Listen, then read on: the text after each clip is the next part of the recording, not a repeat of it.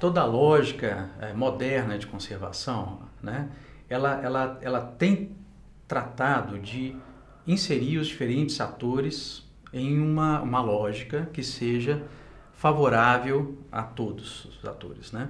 Então, o ideal seria, eu estou falando aqui em termos de ideal, o ideal seria que os diferentes proprietários de terras, os proprietários que têm terras dentro de uma unidade de conservação de proteção integral, que é o caso de um parque nacional, primeiro que eles fossem devidamente indenizados, e esse é um processo que está em curso, né, no meu entendimento. E um outro ponto importante é que os diferentes atores que estão também relacionados a esse parque, né, ao uso desse território, né, de alguma forma possam usufruir dos serviços que esse bem natural traz, né. Um caso claro é o turismo, né. O turismo na Serra da Canastra, ele é importante, não só importante pela paisagem da Serra da Canastra, pelo patrimônio gastronômico que ela abriga, né, que é o nosso queijo canastra, né, pela cultura da Serra da Canastra, dentro do qual a culinária se encaixa, né.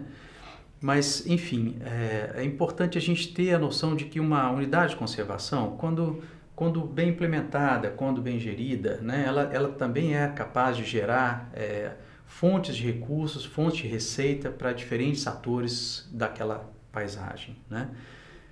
O turismo é um potencial que ainda tem muito a ser aproveitado naquela região, né? O próprio afluxo de pessoas, por exemplo, relacionadas à pesquisa científica, que também é um ponto alto da Serra da Canastra, já significa um certo ingresso de recursos, né, que a gente não pode negar, e serviços, né? E em várias áreas ao redor do mundo, assim como eu acredito que a gente possa demonstrar na região da Canastra, a criação da unidade de conservação, muitas vezes, ela serve como um motor da economia em regiões que muitas vezes são afastadas de grandes centros, que são regiões talvez uma ênfase da economia que seja mais relacionada à produção agrícola do que a de serviços, né? Mas muitas vezes, quando chega na unidade de conservação, ela é implementada, ela começa a atrair uma série de serviços, a agregar uma série de serviços e movimentar a economia de uma forma interessante, né? Então a gente tem que ter em vista também que, se você colocar em termos, resgatando aqui alguns elementos da nossa conversa, né?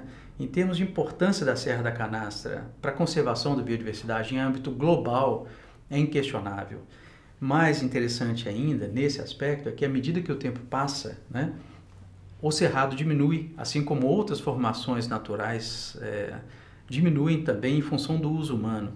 Então, aquelas áreas que remanescem na forma de unidades de conservação vão se tornando cada vez mais importantes ao longo do tempo.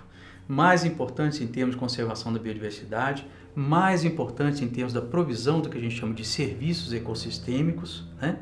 Mais importantes com relação a uma série de aspectos, né? Então, eu acredito que as mazelas que a gente tem hoje na Serra da Canastra, eu espero, assim, e torço e faço de tudo para que ela, do meu lado, humildemente pensando, né, para que essa relação se torne mais harmônica rapidamente à medida que o tempo avança. E a forma de contribuir para isso, eu acredito, para um pesquisador, não só a questão do estudo científico específico, né, mostrando a importância da biodiversidade da região, mas também com contribuições que eventualmente possam ser úteis para o manejo daquela unidade de conservação, né? Atualmente, por exemplo, a gente tem essa temática dos serviços ecossistêmicos, né? Do que se trata isso? É que a gente sabe hoje que as áreas naturais, né, elas têm um papel que vai além, muitas vezes, da conservação da biodiversidade em si. Elas têm um papel importantíssimo em prover para as pessoas, né, prover para a nossa espécie, né, uma série de serviços que são extremamente importantes e essenciais, que fazem parte, inclusive, da nossa economia. Esses serviços, né, entre esses serviços, que a gente poderia associar, por exemplo, a uma unidade de conservação como a Canastra, está a conservação de recursos hídricos, né? Recentemente a gente passou por um ano atipicamente seco, né? Uma seca extremamente prolongada, uma estiagem prolongada, Pelas contas que eu fiz, né, com os dados de climatologia da região, lá choveu cerca de 45% do que chove normalmente numa série histórica de 70 anos. Esse ano de 2013 a 2014 choveu só 45% do que normalmente deveria chover, né? Nessas horas a gente começa a prestar mais atenção para a água, porque ela falta. E ela falta para o proprietário rural que faz o uso agrícola da terra, falta para o turista, falta para o gestor, falta para o morador da cidade que está ao lado do parque, né? Então é muito importante a gente ter em vista também que essas áreas, particularmente as grandes áreas protegidas, elas estão prestando um serviço que é essencial para uma série de assuntos da nossa vida, né? E inclusive da nossa vida econômica. A braquiária, assim como o capim-gordura, né? São novidades, vamos dizer, né? Nessa nossa savana americana, né? São gramíneas que vieram da África, né? E elas têm uma outra característica, um outro comportamento diante de pressões como, por exemplo, o pisoteio do gado ou o consumo pelo gado ou mesmo a queima, né? E, de fato, elas trazem um impacto significativo para a unidade de conservação, né? Em alguns casos, essas gramíneas que a gente importou lá da África, elas têm um comportamento que, diante da queima, favorece a dispersão, né?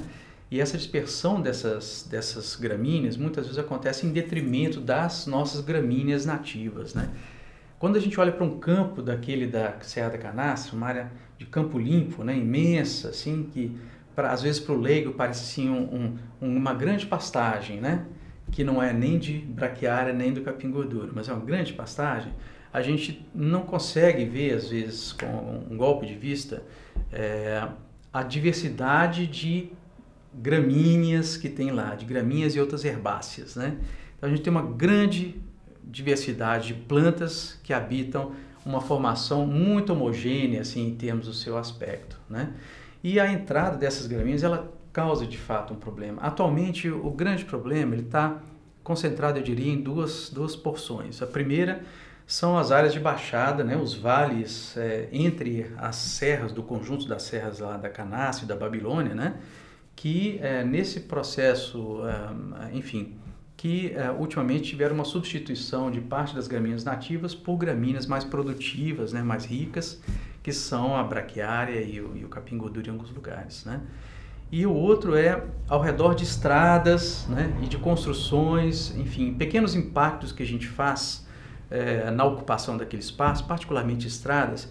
Essas gramíneas costumam também aproveitar essa nossa alteração do equilíbrio ali daquele ambiente e elas invadem através desses corredores, né? Corredores viários, por exemplo, é muito frequente. O controle disso é extremamente complicado, extremamente difícil, né? O ideal seria que a gente pudesse conter essas gramíneas aos lugares onde elas já estão e fizesse de tudo para que não houvesse uma expansão delas sobre outras áreas onde estão as nossas gramíneas nativas, né?